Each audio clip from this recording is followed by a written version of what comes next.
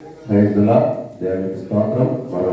దేవుని సన్నిధిలో మనం పాల్గొనడానికి దేవుడు మనకు అవకాశం ఇచ్చాడు. ఎన్ని మార్లు మనం దేవుని వాక్యం విన్నా ఎప్పటికప్పుడు మనకి ఇంకా అవసరం అవుతుంది. నిత్యము మనం ఆహారం తింటున్నాం కదా, రోజుకు 3 సార్లు, ఉదయం బ్రేక్ఫాస్ట్, మధ్యాహ్నం లంచ్, ఈవినింగ్ డిన్నర్ జనరల్గా. అవి కాకుండా మళ్ళీ ఎక్స్ట్రా స్నాక్స్ వీటి టైంలో, పగల టైంలో లంచ్ బ్రేక్, తర్వాత ముందు బ్రేక్ఫాస్ట్ మధ్యలో ఒక స్నాక్స్ టైం ఉంటుంది, టీ బ్రేక్ అంటారు. అలాగే సాయంకాలం, అలాగే మధ్యాహ్నానికి మధ్యలో ఒక బ్రేక్ ఉంటుంది, దాన్ని స్నాక్స్ టైం అంటాం. సో ఆ రెండు కూడా కలుపుకుంటే 5 సార్లు ఏదో ఒకటి తింటా ఉండాలి, లేదంటే మనకి ఇబ్బంది కలుగుతూ ఉంటుంది సహజంగా. అది శరీరానికి ఆరోగ్యం అన్నమాట. మనం తినే ఆహారం మన శరీరానికి కావాల్సినటువంటి ఆరోగ్యాన్ని ప్రసాదిస్తుంది, అది ఎంతో అవసరం. మరి అలాగే ఆత్మ, మనందరూ కూడా ఆత్మ ఉన్నాడు. ఎందుకంటే మనలో దేవుడు జీవాన్ని ఉంచాడు కాబట్టి ఆ జీవము పరమాత్మ చెంతకు చేరుకోవాలంటే అది ఎప్పుడు లైవ్లో ఉండాలంటే జీవిస్తూ ఉండాలన్నమాట. సో జీవాత్మకు జీవాహారం కావాలి. ఆ జీవాహారమే దేవుని యొక్క వాక్యం అన్నమాట. సో ప్రతిరోజు కూడా ఆహారం ఎలాగైతే తింటూ ఉన్నామో అలాగే దేవుని వాక్యాన్ని ప్రతిరోజు ధ్యానించాలి. మీరందరూ కూడా క్యాలెండర్లో ఉదయం లేవగానే సాయంత్రం వాక్యం చదువుతారు, మీరు అందులో ఉంటుంది కాబట్టి. ఒకళ్ళు 10 క్యాలెండర్ మీతో 10 వాక్యాలు చదివినట్టే, దాంట్లో ఉన్నటువంటి కదా. సో అది కాకుండా మనం సపరేట్గా కొంత సమయం కేటాయించి తప్పకుండా బైబిల్ రోజు చదవండి అని చెబుతూ ఉన్నాం. వీళ్ళు చాలా మంది చదువుతున్నారు, అభినందనీయులు. మిమ్మల్ని దేవుడు తప్పకుండా ఆశీర్వదిస్తాడు. వాక్యం చదవడం ద్వారా మరెక్కువ దీవెన, ఆదరణ, ఆశీర్వాదం మన జీవితాన్ని దేవుడు కలుగు చేస్తూ ఉంటాడు. కాబట్టి ఎన్నిసార్లు మనం వాక్యం చదివినా ఎక్కువైపోయింది అనుకోవడానికి ఏం వీల్లేదు. ఆహారం ఎక్కువ తింటే ఎక్కువ ఉంటాయి, ఇంకా పెట్టినాను నచ్చిన ఆహారం కదా. నచ్చిన ఫుడ్ అయితే కొత్త పగిలిపోతుందన్నా తెలియదు, తినేస్తాను ఉంటాం. అలాగే దేవుని ఆహారం ఇది ఆత్మీయ మన్నా అన్నారు. సో ఈ సందేశాలు కూడా మనకు ఎంతో అవసరమై ఉన్నాయి. మరి సమయంలో దేవుని యొక్క వాక్యాన్ని ధ్యానం చేద్దాం. రోమాపత్రిక కొత్త నిబంధనలో వచ్చి ఒక వాక్య భాగాన్ని ధ్యానం చేద్దాం. రోమాపత్రిక 5వ అధ్యాయము 6వ వచనం నుంచి 11వ వచనం చదువుకుందాం. ఒకటి నుంచి చదవాలి కానీ సమయం సరిపోదు కనుక మీరు ఇప్పుడే చదువుకోండి ఒకటి నుంచి. కానీ నేను ప్రస్తుతానికి 6 నుంచి 11, రోమాపత్రిక 5వ అధ్యాయము 6 నుంచి 11 వచనం లేఖన భాగాన్ని మనం చదువుకొని ముందుకు సాగిపోదాం. ఏమనగా మనమిక్కను పాపములకు దాసులము కాకుండాటకు పాప శరీరము నిరర్ధకము. రోమాపత్రిక 5వ అధ్యాయము 6 నుంచి 11 ఏలైనగా మనం ఇంకా బలహీనులమై ఉండగా క్రీస్తు యుక్త కాలమున భక్తిహీనుల కొరకు చనిపోయాను. నీతిమంతుల కొరకు సహితం ఒకడు చనిపోవటం అరుదు. మంచివాని కొరకు ఎవడైనా ఒకవేళ చనిపోవ తెగింపవచ్చును. అయితే దేవుడు మన ఎడల తన ప్రేమను వెల్లడిపరచుచున్నాడు. ఎట్లనగా మనమింకను పాపులమై ఉండగానే క్రీస్తు మన కొరకు చనిపోయాను. కాబట్టి ఆయన రక్తమూలన ఇప్పుడు నీతిమంతులముగా తీర్చబడి మరింత నిశ్చయముగా ఆయన ద్వారా ఉగ్రత నుండి రక్షింపబడుదుము. ఏలయనగా శత్రువులమై ఉండగా ఆయన కుమారుని మరణము ద్వారా మనము దేవుడితో సమాధానపరచబడిన వారమై ఆయన జీవించుట చేత మరి నిశ్చయముగా రక్షింపబడుదుము. అంతేకాదు మన ప్రభువైన యేసుక్రీస్తు ద్వారా మనము దేవుని యందు అతిశయపడుచున్నాము. ఆయన ద్వారానే మనం ఇప్పుడు సమాధాన స్థితి పొంది ఉన్నాము. భక్తాగ్రేసైన పౌలు రోమా సంఘానికి రాస్తూ విశ్వాస జీవితంలో దేవునితో మనం ఎలా కలిగి ఉండాలో, ముఖ్యంగా సమాధానం ఎలా కలిగి ఉండాలో. మనుషులు ఇద్దరు ఉన్నారు అనుకోండి, మనం పోటాడుకుంటే ఏమవుతుంది, తగాదా అయిన తర్వాత మాట్లాడుకోరు, ఇంకా మధ్యలో సంబంధ బాంధవ్యాలు ఉండదు, ఇంకా సమాధానం ఉండదు. వాళ్ళు వస్తే ఇడిపోతారు, వీళ్ళు వస్తే అడిపోతారు. పేడమగం అంటే ఎదురుబొద్దు బండ్రాసులు. ఎందుకంటే వాళ్ళ మధ్యలో సఖ్యత లేదు. ఎందుకు సఖ్యత లేదంటే ఎక్కడో బెడ్స్ కొట్టేది. అలాగే పరిశుద్ధులైన దేవుని యొక్క సన్నిధిలో మానవుడు ఎప్పుడూ కూడా ఎలాంటి స్థితిని కలిగి ఉన్నాడో తిరిగి మళ్ళా ఆ మానవుడు దేవుని సన్నిధి చేరుకోవాలి, దేవునితో సన్నిధిలో సహవాసం కలిగి ఉండాలి, లేక దేవునితో సమాధానం కలిగి ఉండాలి అంటే ఏం చేయాలి? అందుకోసం నువ్వు నేను చేయాల్సింది లేదు, కానీ మన కొరకు యేసయ్య ఏం చేశాడో పౌలు భక్తులు చాలా స్పష్టంగా తెలియజేస్తా ఉన్నాడు. ప్రధానంగా 4 సంగతులు మానవుల జీవితంలో ఉండే 4 విషయాలు మాట్లాడుతూ ఉన్నారు. మొట్టమొదటిగా మనం చదివినప్పుడు 6వ వచనం చదువుకున్నాం ఆల్రెడీ. మనం ఇంకనూ బలహీనులమై ఉండగా అనే మాట కనపడదు. అంటే మొట్టమొదటి మానవునికి స్థితి ఏమిటంటే బలహీనులము. మనందరూ కూడా బలహీనులమే. మీరు అనుకోవచ్చు, బలేవాళ్ళు నాకు బాగా బలం ఉంది, నేను చాలా సమర్థవంతుని, శక్తివంతుని, నాలో బలం ఉంది, సామర్థ్యం ఉంది, ఓపిక ఉంది, శక్తి ఉంది అని అనుకుంటున్నాం. అంటే ఫిజికల్ స్ట్రెంగ్త్ గురించి మాట్లాడుతున్నాం. నిజానికి ఫిజికల్ స్ట్రెంగ్త్ సరిపోతుందా? అది అన్ని పనులు చేయడానికి పని లేదు. పని చేయమంటే నాకు బలం లేదనుకో, ఏమైందంటే కదా, పని చేయమన్నప్పుడు నీరసం అంటే బాగా ఇబ్బందిగా అంటాం. ఆహారం తింటారు రమ్మండి పిల్లలైన పెద్ద ప్రయోజనం, అప్పుడు బలం వచ్చింది, ఆరోగ్యం వచ్చేస్తాం సహజంగా. అంటే పని అనేది జరిగి మనం వెనక్కి వెళ్ళిపోతాం. కానీ వేరే విషయాల్లో అయితే మాత్రం మనం ముందు ఉంటూ ఉంటాం. ఇక్కడ మనం గమనిస్తే మనం ఇంకా బలహీనులం. మానవులందరి గురించి మాట్లాడలేము, ఒక్క మనిషి గురించి కాదు, సమస్త మానవాళి, ఈ సృష్టి యందు ఎంతమంది అయితే మానవులు ఉన్నారో వాళ్ళందరి గురించి కూడా కోట్ చేస్తున్నాడు. అందరి పక్షాన మాట్లాడుతున్న మాట అక్కడ కనపడతా ఉంది. బలహీనులం. మరి బలవంతులు ఎవరు? మనం బలహీనులు అయితే బలవంతులు ఎవరు? దేవుడు ఒక్కడే బలవంతుడు.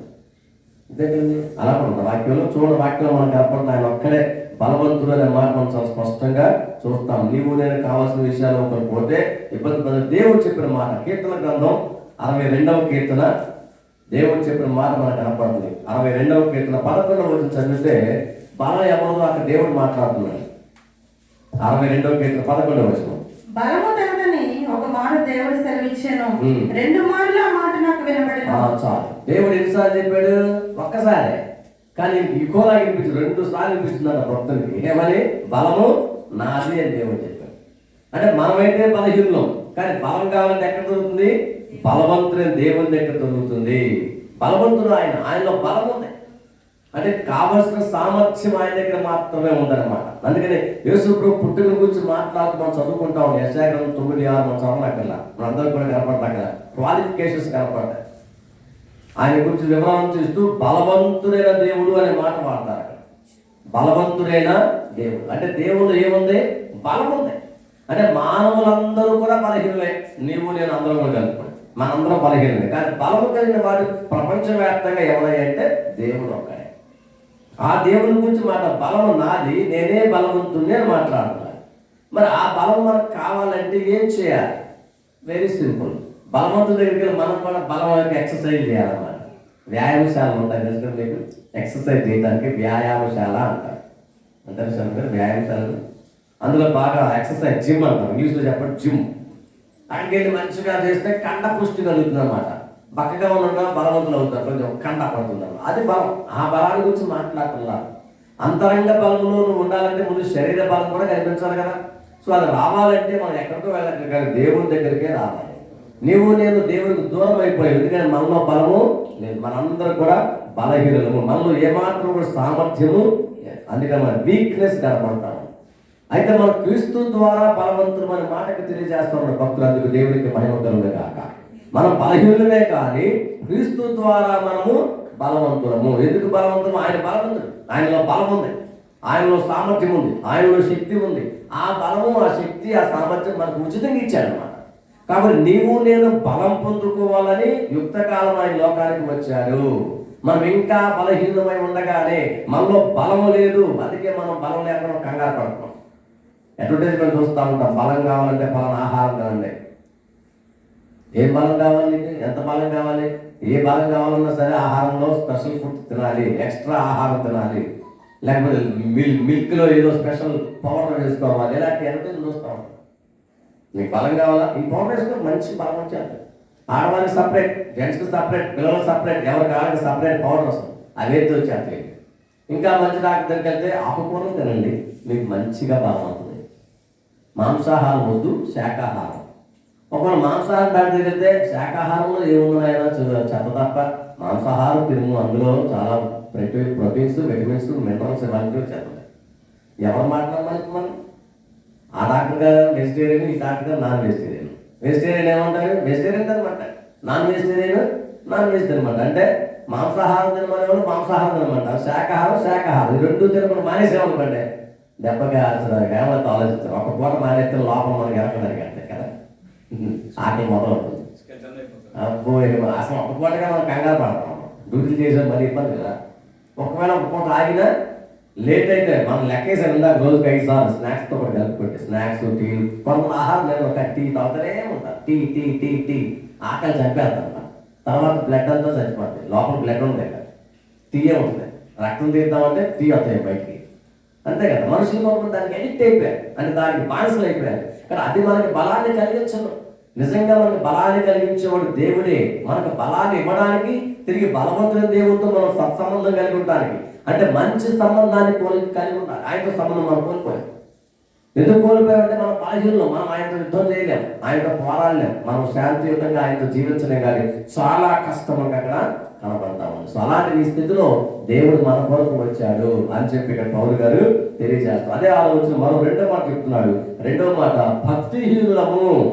మొట్టమొదటిదేమో మనం ఇంకనూ బలహీనమై ఉండగా అని క్రీస్తు యుక్త కాలమున భక్తిహీనుల కొరకు, అమ్మయ్య అంటే నా కొరకు కాదులే కొంతమంది అనుకుంటారు, భక్తిహీనుల కొరకట. నేను బలవంతునే కాదు, నేను బలహీనులు కాబట్టి. రెండోది భక్తిహీనత నాది కాదండి. ఎందుకంటే నేను చాలా భక్తిపరుడు, మంచివాడు అనుకునే మనుషులు. నేను భక్తిపరుడు అంటే ప్రభువుని నమ్ముకున్నాను, ప్రభువులో కొనసాగుతున్నాను. కానీ మన భక్తి నిజంగా అంత శక్తివంతమైననా? నిజమైన భక్తి మనలో ఉందా?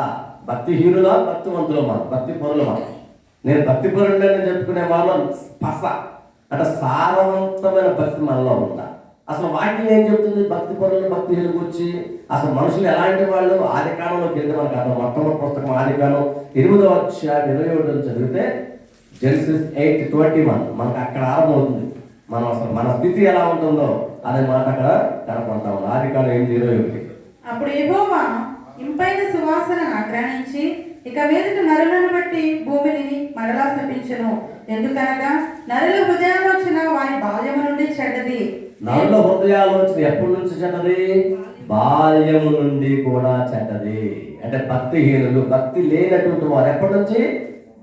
బాల్యము అంటే చిన్నప్పటి నుంచే, పసి వయస్సు నుంచే అనక మనకు కనపడదు. ఇంకా ముందుకెళ్తే ఇంకా మనకి కొంచెం ఇదిగా ఉంది. కానీ దావీదు భక్తుని తెలిసేసరికి మనకు అర్థమవుతుంది ఆయన యొక్క విషయం. మనకి ఎప్పటి నుంచో 51వ కీర్తన 5వ వచనం అయితే మనకు అర్థమవుతుంది. ఇంకా కావాలంగా 51వ కీర్తన 5వ వచనం, కీర్తన గ్రంథం 51:5. నేను పాపములో పుట్టినవాడును, పాపములోనే నా తల్లి నన్ను గర్భము ధరించెను. అసలు పుట్టిందే దాంట్లో పాపమునికి ఇంకో నెక్స్ట్ పాయింట్ అదే. కానీ భక్తిహీనుడు పాపానికి సాదృశ్యమే కదా. పాపంలోనే పుట్టాను, నా తల్లి పాపంలో నన్ను అన్నది. కాబట్టి ఇక్కడేమో బాల్యము నుండి కూడా చూడే. కాబట్టి భక్తిహీనత మనలోకి వచ్చేసింది. మనం ఎంత భక్తి పరులు కావాలన్నా మన వల్ల కావట్లేదు. అందుకని మన మనస్సు కూడా సహకరించట్లా. ఇర్మియా భక్తుడికి వచ్చరికి 17వ అధ్యాయం 9వ వచనం తర్వాత రాసుకొని చదువుకోండి. ఇర్మియా గ్రంథం 17:9 అక్కడ కనపడలేదు మనుషుని యొక్క ఆలోచన ఎలాంటిదో, మన బుద్ధి ఎలాంటిదో, మనలో ఉన్న విషయాలు ఎలాంటివి మొత్తం స్పష్టంగా రాసుకుంటాం వచ్చాడు. మన ఆశ ఎలా ఉంటుంది, మన కోరికలు ఎలా ఉంటాయి, మన ఇచ్చలు ఎలా ఉంటాయి. ప్రయత్నం చేస్తున్నాం ఏదో చేయాలని, కానీ దాని నుంచి మనం బయట పడలేకపోతున్నాం. భక్తిహీనులమే. మన ఆశ అలాంటిది అనమాట. మన మాట చెప్పండి, చెడ్డతనం ఇంకా ఇంకా ఇంకా ఎక్కువ అవుతానే ఉంది. చెడ్డతనానికి అంతం లేదు. యేసు ప్రభువు వారు కూడా అందుకే చెప్పాడు, మీరు చెడ్డవా. మత్తయి సువార్త 7వ అధ్యాయం 11 తర్వాత రాసుకొని చదువుకోండి. మత్తయి సువార్త 7:11 మీరు చెడ్డవారయ్యండి మంచి వారు అనుకుంటున్నారు. ఉపమానం చెప్పాడు యేసు ప్రభు అక్కడ. ఆ ఉపమానం చెప్పిన మాట, మీరు చెడ్డవారయ్యండి కూడా మంచి ఇవ్వాలనుకుంటున్నారు. మరి నేను మంచివాడినా చెడ్డవాడిని? ఒకసారి ఆలోచించండి. దేవుడు ఎప్పుడు మంచివాడే. మనం చెడ్డవాడు కూడా ఎదుటి వారికి, మన పిల్లలకి మంచిది ఇవ్వాలనుకుంటున్నాం. ఏది పడితే ఇయ్యం. గుడ్ థింగ్స్ మన పిల్లలను మనం ప్రేమిస్తున్నాం కాబట్టి వారికి మంచివి ఇవ్వాలనుకుంటున్నాం. మరి ఆత్మీయ తండ్రి, పరలోకపు తండ్రి, నీకు నాకు సమస్తాన్ని అనుగ్రహించే దేవుడు ఏమి ఇవ్వాలనుకున్నాడు? మంచివి. కానీ మన స్థితి చూస్తే మన పరిస్థితి ఎలా ఉంది? భక్తిహీనత. బలము లేదు మన దగ్గర, దైవిక బలము లేదు, ఆత్మీయ బలము లేదు, శారీరక బలము కొంత ఉంటే కొంత లేకపోవచ్చు. దాంతోపాటు భక్తిహీనులు కూడా, అంటే మనం నిజమైన పసతో కూడా భక్తి లేదు. క్రీస్తు జీవితంలో వచ్చిన అవగాహన కలిగి యేసు ప్రభు గొప్ప దేవుడు మంచిగా అనుకున్నాం, కానీ మనకు మాత్రం చాలాసార్లు దేవుని శక్తిని అర్థం చేసుకునే స్థితి మనకు కావాలి. అందుకే దేవుడికి కొన్నిసార్లు దూరం అయిపోతూ ఉంటాం, ఆ భక్తిహీనతలోకి వెళ్ళిపోతూ ఉంటాం. బలవంతులు కావాల్సిన వాళ్ళం బలహీనం అయిపోతున్నాం, భక్తి పనులు కావాల్సిన వాళ్ళం భక్తిహీనతలోకి వెళ్ళిపోతా ఉన్నాం. అది మంచిది కాదు. అలాంటి స్థితిలో ఉన్న మానవుని తిరిగి మరలా ఉద్ధరించడానికి, అంటే దేవునితో సమాధానపరచడానికి, దేవునితో కలపడానికి, నిన్ను నన్ను దేవునితో సహవాసంలో పెంచడానికే యేసు ప్రభు లోకానికి వచ్చాడు. ఆయన వచ్చినట్టు సంగతి మనకి స్పష్టంగా కనపడింది. నీ పరిస్థితి ఎలా ఉంది, నా పరిస్థితి ఎలా ఉంది? అలాంటి స్థితిలో మనం బయటపడగలమా? బాల్యం నుండి చెడుతనం ఉంది, మనసులో చెడుతనం ఉంది, బుద్ధిలో చెడుతనం ఉంది. దాని నుంచి బయటపడలేకపోతున్నాం. మరి దీని నుంచి బయటపడాలంటే ఎట్లా అండి? పరిష్కార మార్గం ఉందా? ఉంది. దాని కొరకే యేసు ప్రభు లోకానికి వచ్చాడు. నీ కోసం, నా కోసం కలువరిగిరిలో బలియాగమయ్యాడు. ఆ బుద్ధి మారాలి, ఆ బలహీనతలోంచి బలం కావాలి, భక్తిహీనతలు భక్తి పరులం కావాలి, అని మార్పు రావాలి. ఆ మార్పు రాకుండా ఉన్నాము అంటే దేవుడు చనిపోయిన దాని ఉద్దేశం ఉపయోగం ఉందన్నమాట. దేవుడు మన కోసం వచ్చిందే మనం తిరిగి ప్రభుతో సహవాసం కలిగి ఉండాలి, ఆయనతో సమాధానం కలిగి ఉండాలి, ఆయనతో ఆనందంగా జీవించాలని మనకి ఇక్కడ కనపడతా ఉంది. సో మొట్టమొదటి మన పరిస్థితి ఏంటంటే బలహీనులము. నీ స్థితి ఎలా ఉందో చూసుకోవాలి. రెండవది మనం చూసాం భక్తిహీనులం, భక్తి లేదు మనలో. మూడవది కనపడటం వల్ల 8వ వచనంలోకి వెళ్తే మనం చదువుకున్న రోమపత్రిక 5వ అధ్యాయం చదువుకున్న మాటలో 8వ వచనం చూస్తే మనం పాపులము అయితే దేవుడు మన తన ప్రేమను వెల్లడపడుతున్నాయి. ఎట్లనగా మనం ఇంకను ఎలా ఉన్నాం? పాపులమై ఉండగానే. మామూలు పాపులు కాదు, బడా పాపులు. అంత పాపా కలిసి మాట్లాడుతున్నాం. బలహీనులము, భక్తిహీనులము, ఇప్పుడు బడా పాపులు. బడా అంటే పెద్ద, అంటే బడా సీట్ అంటే పెద్ద సీట్ ఏంటంటే. సో బడా పాపులు మనందరం. మామూలు పాపులు కాదు, పెద్ద పాపులు. భలే వాళ్ళు ఏం మాట్లాడుతున్నారు? నేను పాపాత్ములు కాదు, చాలా మంచివాడిని, నేను చాలా బుద్ధిమంతుడిని, బుద్ధిగల వ్యక్తిని, జ్ఞానవంతురాలి. మన సిచ్యువేషన్ అంతా చెప్పుకుంటాం. అందుకే రోమపత్రికలో 3:23 ఏ భేదం లేదు, అందరూ పాపం చేసి దేవుని మహిమను పొందలేకపోతున్నారు. నీవైనా నేను భేదం లేదు, లింగ భేదం లేదు. అంటే స్త్రీయా, పురుషుడా, బాలుడా, బాలిక, లేకపోతే వయోభేదం లేదు. చిన్న, పెద్ద, ముసలం, ఏ భేదం లేదు. అందరం సమస్తం. ఏ జాతి, ఏ కులం, ఏ మతం ఏమి లేదు. సమస్త మానవాళి గురించి మాట్లాడుతున్నాం. విశ్వవ్యాప్తంగా ఉన్న మానవులు పాపము చేసి, పాపం అంటే ఏంటి? ఇక్కడ మళ్ళీ ప్రశ్న మనకి, నేనే పాపం చేశాను అంటాం కదా. ఆజ్ఞాతిక్రమమే పాపము. అంటే ఆజ్ఞను ధిక్కరిస్తే, దేవుని మాట మనం ధిక్కరిస్తే పాపం.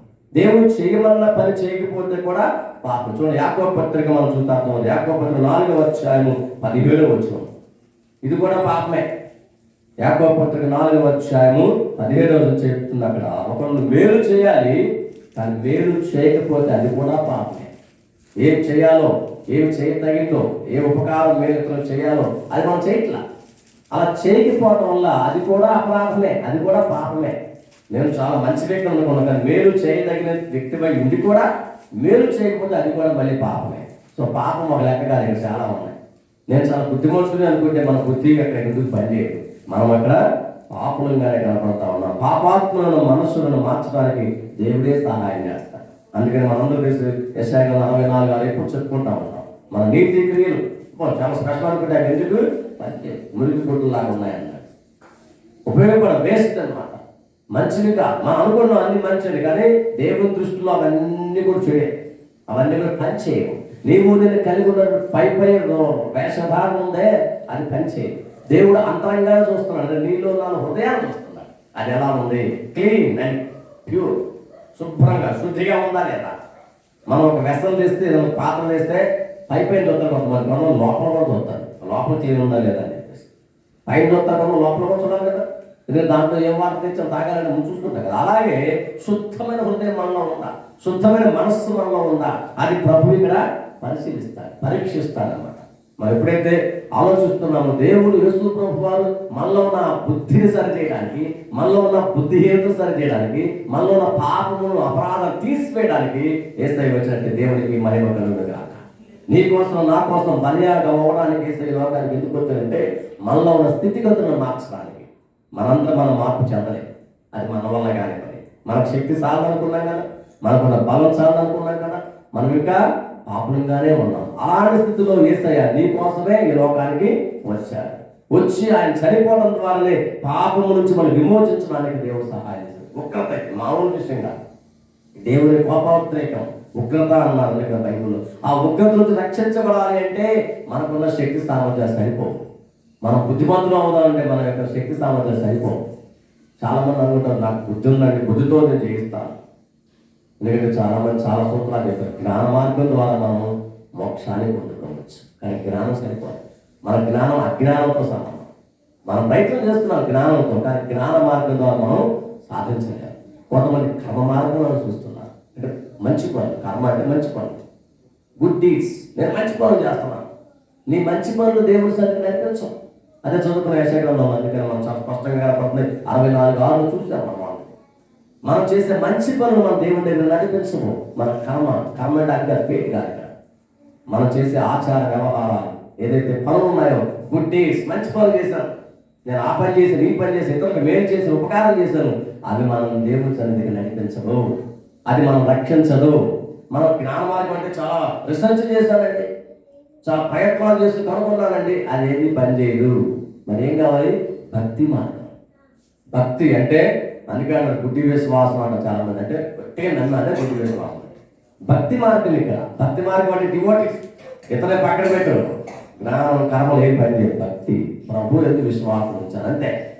ఎవరేమనుకున్నా నాకు ఏం పర్వాలేదు, యేసయ్య నా కొరకు ఈ లోకానికి వచ్చాడు, నా కోసం శిలువలో ప్రాణం పెట్టాడు, నేను నమ్ముతున్నా. అదే భక్తి అండి. ఇక్కడ భక్తి మార్గంలో మనం వెళ్తున్నాం. ఈ భక్తి మార్గం వెళ్తున్నప్పుడు అంత ఈజీగా జనాలు రకరకాలుగా మనల్ని అపార్థం చేసుకుంటారు, ఎగతాళి చేస్తారు, ఎక్కిరిస్తారు కదా.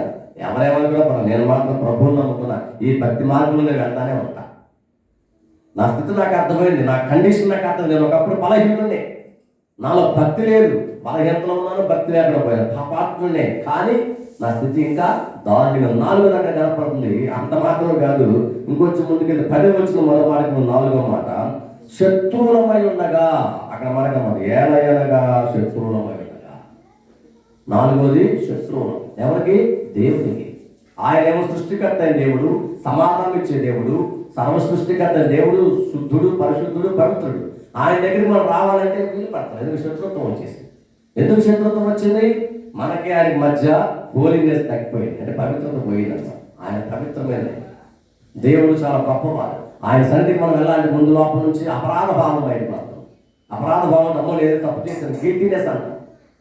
ఆ గిల్టీ కాన్షియస్నెస్ మన మనస్సాక్షి మనం గతిస్తూ ఉంటుంది. నువ్వు తప్పు చేసావు, చర్చిగా బయటపడాలి. హోలీకే ముందు చక్కగా దేవుడికి వచ్చి దేవుడు చెప్పాలి, అమ్మో నువ్వు ఏదో తప్పు చేసావు, అపరాధం కాదు, రాబాక కాదు, లోపల నుంచి అక్కడ పుడుతున్నాడు. అంటే అపవాదకులు నా చేస్తున్నాడు. దేవుడు ఎప్పుడు కూడా మనకు సహాయం చేస్తాడు. దేవుడు ఎప్పుడు కూడా ఆయన చేసిన గొప్పతనాన్ని జ్ఞాపకం చేసిన, ప్రభువా థ్యాంక్ యూ, వందనాలు. నా స్థితి ఇలా ఉంది ఒకప్పుడు, కానీ అలాంటి స్థితిలో వచ్చి నన్ను మార్చావు. నీతో సహవాసం కలిగి ఉండడానికి, సన్నిహితంగా కలిగి ఉండడానికి, నీ దగ్గరికి రావడానికి, నేను సమీపించడానికి అవకాశం ఇచ్చావు ప్రభా. ఇది ఆనందించదగిన సమయం, కృతజ్ఞతతో దేవుడిని గమనించదగిన సమయం అనమాట. అంతేగాని దేవుడికి దూరం అయిపోయే సమయం. మన స్థితి ఎలాంటిదో పౌరు భక్తులకు తెలియజేస్తాం. ఒక మానవుని యొక్క కండిషన్, ఎవరో తగ్గింది, ఎవరి మాట కాదు, నా గురించి, ఎవరు కాదు మీ గురించి, ఎవరు కాదు. మనం అంటే గుంపులో వేసాయా కదా, అమ్మాయి ఎవరికో చెప్పాను. కానీ ఇక్కడ చాలా స్పష్టంగా ఉంటుంది, ఎవరు కాదు, వ్యక్తిగతంగా నాకు దేవుడు చెప్తున్న కండిషన్ అనమాట. ఎలాంటి స్థితుల్లో ఉన్న వారిని దేవుడు సంరక్షించాడు, సమాధానం కలిగించాడు. 4 విషయాలు ఇక్కడ చూసాం. మొట్టమొదట బలహీనములు, మనందరం కూడా అలాంటి స్థితిలో ఉన్నాం. మనకు సామర్థ్యం సరిపోదు, బలం సరిపోదు.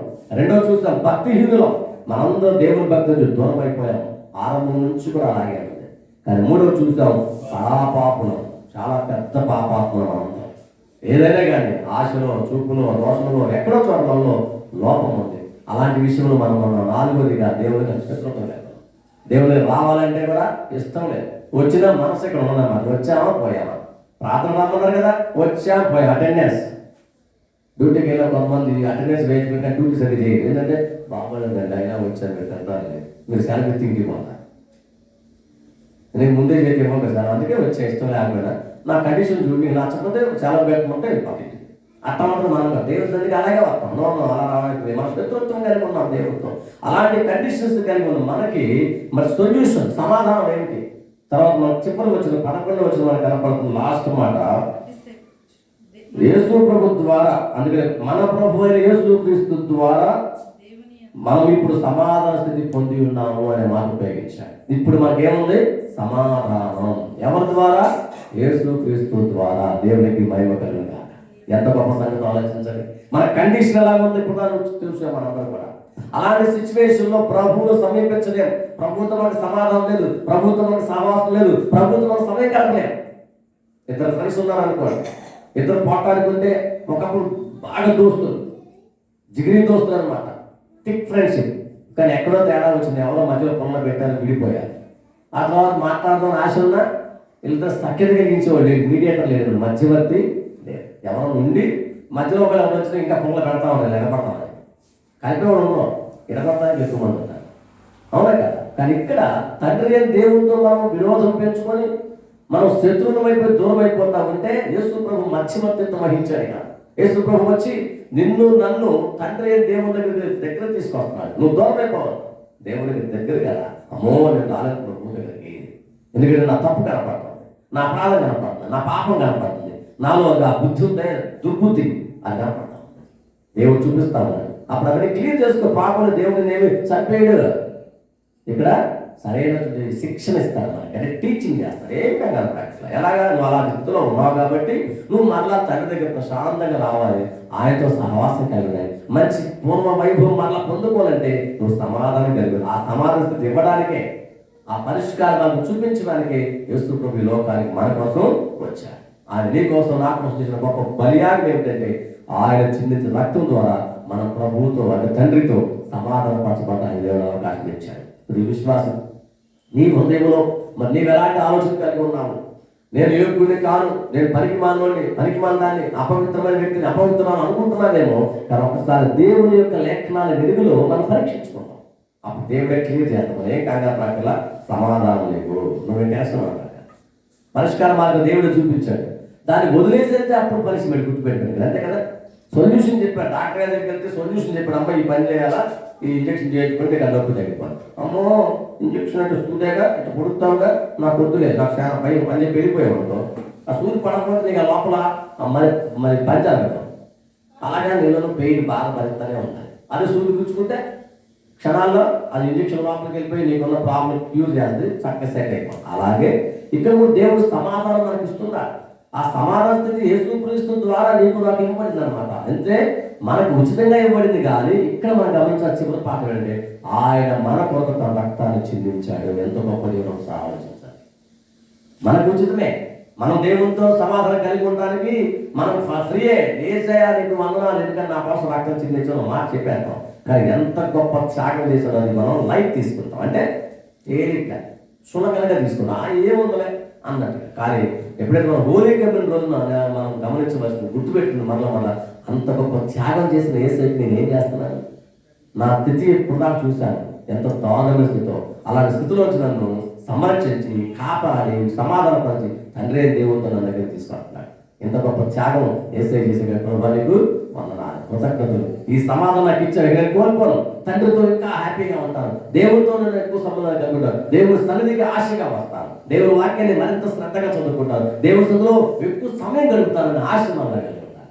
అదే దేవుడు నీ నుండి నా నుండి భక్తి హీరోలం కాదు, భక్తి పరులు కావాలనుకుంటున్నాను, బలహీనులం కాదు, ఇప్పుడు బలవంతులు కావాలనుకుంటున్నాను, బడా పాపులం కాదు, బడా పరిశుద్ధులు కావాలి. పాపులు కాదు ఇప్పుడు పరిశుద్ధులు, బడా శత్రుత్వం కాదు ఇప్పుడు దేవునితో స్నేహం కలుగుతాం. దేవునికి మహిమ కలుగుగాక.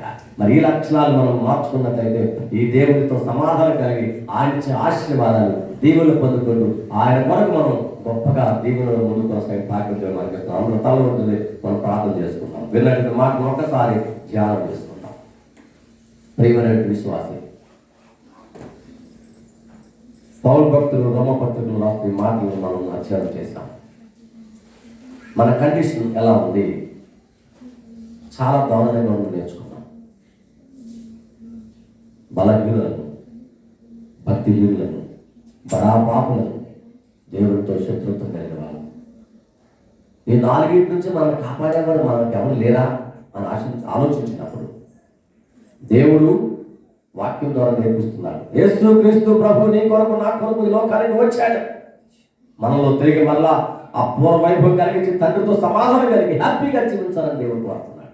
దేవునికి దూరమైపోయారు, చాలా మంది దేవునికి దూరమైపోతున్నారు, దేవుని భక్తిని గుర్తించలేకపోతున్నారు, దేవుని శక్తిని తెలుసుకోలేకపోతా ఉన్నారు. కానీ మనమైతే దేవుని శక్తిని గుర్తిద్దాం. మనం బలహీనమే కానీ బలవంతుల దేవుడు మనకు తోడుగా ఉన్నాడు. బలాన్ని ఇచ్చేవాడు ఆయనే, బలహీనులమైన మనల్ని బలవంతులుగా చేసే దేవుడు ఆయనే, భక్తిహీనులను మనల్ని భక్తి పరులుగా మార్చేవాడు కూడా ఆయనే. బడా పాపులమైన మనల్ని ఆ పాపం నుంచి విడిపించి క్షాళన చేసి శుభ్రం చేసి పవిత్రపరిచే దేవుడు యేసు ప్రభు. శత్రుత్వం కదా మనల్ని తిరిగి స్నేహితులుగా, ఆయనకు మంచి దోస్తులుగా చేసేవాడు కూడా మన రక్షకుడు యేసుక్రీస్తు ప్రభువే. అందుకని ఆయన మన కొరకు వేల చెల్లించాడండి, చాలా వేల చెల్లించాడు, తన సర్వస్వాన్ని త్యాగం చేశాడు, తన రక్తాన్ని నీ కొరకు నా కొరకు బలియాగం చేశాడు. నేను ఏదైనా త్యాగం చేయమంటే 1-10 సార్లు ఆలోచిస్తాం. కానీ యేసయ్య తప్పకుండా మనందరినీ మోక్షం కలిగించాలని ఆయన ఉద్దేశం నెరవేర్చబడడానికి లోకానికి వచ్చి నీ కోసం నా కోసం బలియాగం అయ్యాడు. మరి నీవు ఎప్పుడన్నా యేసయ్య కోసం ఇలా త్యాగమూర్తిగా ఉండాలని అనుకుంటున్నావా? వాళ్ళు ఏదో అంటారు వీడేదో అంటారు అనుకోవద్దు. కానీ అవకాశం ఉన్నప్పుడల్లా ఈ ప్రభు గొప్పతనాన్ని మనం తోటి మరి చెబుతాం. మనం ఎక్కడైతే పని చేస్తున్నామని చెబుతాం. వాళ్ళు ఒప్పుకోరు, మనం తింటారు, అసహించుకుంటారు. అయినప్పటికీ దేవుని మాట అని చెప్పి, అవకాశం ఉన్నప్పుడు ఒక మాట చెప్పి దేవుని సంఘటన నడిపించాలి. దేవునితో మన సహవాసం కలిగి, దేవునితో సంబంధం కలిగి ఉండేలాగా వారిని మనం ప్రిపేర్ చేయాలి. మనం కోల్పోయిన సహవాసం దేవుని ద్వారా, యేసయ్య ద్వారా మనం పొందుకున్నాం. మరి వారు కూడా తిరిగి ప్రభుతో సహవాసం కలిగి ఉండేలాగా మనం కలిగి ఉండాలి. ప్రియమైన విశ్వాసం, అన్ని విషయాలు మర్చిపోవడం, దేవునితో సహవాసం కలిగి, సంబంధం కలిగి, మరలా పూర్వవైభవాన్ని కలిగి దేవుని కొరకు జీవించే వ్యక్తిగా, బలమైన విశ్వాసిగా మన కొనసాగ అలా ఉండాలని ప్రభు కోరుతాం. సమాధాన స్థితిని కలిగించిన మన దేవుడే. ఆ దేవుడికి ఎప్పుడు కూడా మన స్థుతులు చెల్లిస్తూ, మహిమ చెల్లిస్తూ ప్రభువుల ముందుకు సాగిపోవడం. మహోన్నత నామ మంచి దేవానికి వందనాలు. తండ్రి, దేవుడితో సమాధాన స్థితిని కలిగించినందుకే నీకే వందనాలు ప్రభు. మా స్థితిని పూర్వవైభవానికి మరలా మార్చినందుకే నీకు వందనాలు తండ్రి. మాలో ఉన్న తప్పిదములు, అపరాధం మన్నించి, క్షమించి, సంరక్షించినందుకు ఇస్తున్నాం. మా కొరకు బలియాగమైన మా రక్షకుడు యేసు ప్రభు నీకు వందనాలు. నా కొరకు సిలువలో కలువరిగిరిలో రక్తము కాచినందుకు నీకు వందనాలు ప్రభు. ఇంకా నిన్నే నమ్మి నీ యొక్క భక్తిలో, విశ్వాసంలో కొనసాగ సహాయం ఎన్నడూ మీరు తిరిగిపోకుండా, చావైనా బ్రతికైనా, ఏది అర్థం వచ్చినా, ఎన్ని కష్టాలు వచ్చినా నీ భక్తుల విశ్వాసంలో కొనసాగుతూ ముందు కొనసాగే భాగ్యం మాకు అందరికీ మీరు దయచేయండి. ప్రతి ఒక్కరిని దీవించి వర్తించండి. నేను మనం చేస్తున్నాం ఉద్యోగాల్లో సహాయం చేయండి. ప్రమోషన్ కావాల్సిన ప్రమోషన్ దయచేయండి. ఆర్థిక విషయాల్లో సహాయం చేయండి. మన కోరిక తెచ్చింది. అనారోగ్యం వారందరూ స్వస్థపరచని ఆరోగ్యంలో చేయండి. నీకు గొప్ప సాక్షి ప్రతి ఒక్కరిని వారికి ఎవరికి ఏ లోటు ఉన్నా ఆ లోటు మనం సమృద్ధి సరిచేసి నీకు మరీలో సాక్షి వారి కొరకు చూపించి మహిమ, ఘనత, ప్రభావం మీరే పొందుతామని ఈ మనములన్నీ కూడా సర్వోన్నతుడైన యేసుక్రీస్తు నామములో వేడుకొనుచున్నాము తండ్రి. ఆమేన్. God bless you. దేవుడు దీవించును గాక.